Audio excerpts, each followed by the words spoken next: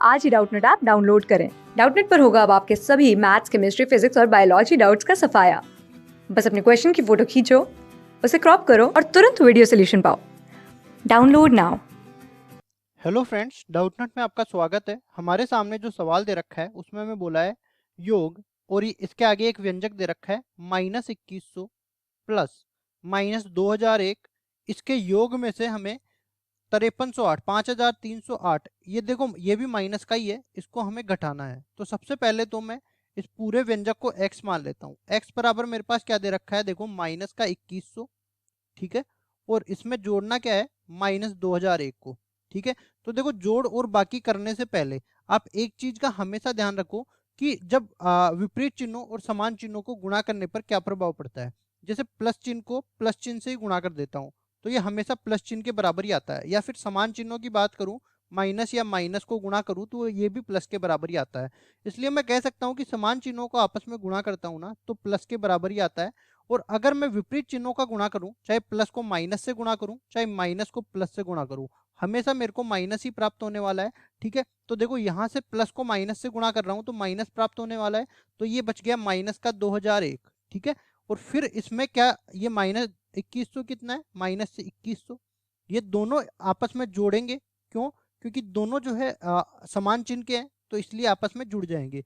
और जो जुड़ने के बाद जो भी राशि आएगी ना वो ऋणात्मक में आएगी, क्योंकि समान चिन्ह ऋणात्मक के हैं। अब देखो जोड़ते हैं इनको, तो देखो इकाई के अंक को इकाई से अंक से, दहाई के अंक को दहाई के अंक से, सैकड़े के अंक को सैकड़े के अंक के, और हजारवें अंक को हजारवें अंक से जोड़ेंगे। तो 1 और 0 टोटल जुड़ के कितना आ जाएगा, 1 के बराबर।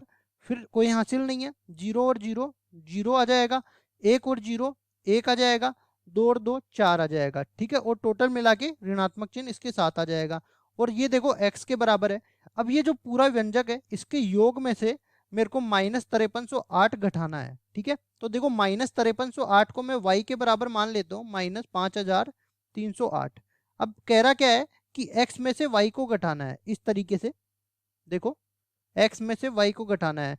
तो देखो x में से y को घटाने का मतलब ये है कि चिन्ह परिवर्तित कर दो नीचे वाले का, या तो इस तरीके से कर लो। देखो इस तरीके से, पहले मैं इस तरीके से करके बता देता हूँ। प्लस कर दिया, अब देखो 5308 बड़ा हो गया, ये प्लस का हो गया, और ये नीचे वाला जो है माइनस का है। तो यहाँ पे देखो 5308 इधर घटा के देख लेता हूँ मैं। 5308 में से मेरे को घटाना है 4101। यहाँ से घटाऊंगा तो 7 बचेगा, ये 0 बचेगा, ये 2 बचेगा, और ये 1 बचेगा। मतलब मैं कह सकता हूं कि यहाँ पे x और -y ये बराबर धनात्मक का बचने वाला है, कितना, 1207, ठीक है। और यही मेरा उत्तर होने वाला है घटाने के बाद व्यंजक का, ठीक है। किसके बराबर आ गया, 1207 के बराबर, और ये धनात्मक का है, ठीक है। ये चिन्ह ध्यान रखो।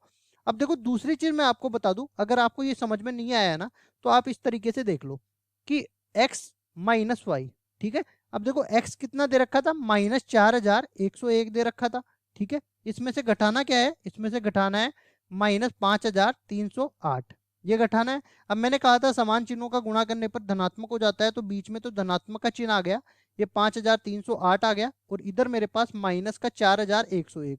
मतलब ये संख्या जो है अपने पास घटने वाली है। वो घटने के बाद जो संख्या अधिक है और जिसका चिन्ह यहाँ पे आएगा ना अधिक संख्या का, वही संख्या यहाँ पे आ जाएगी।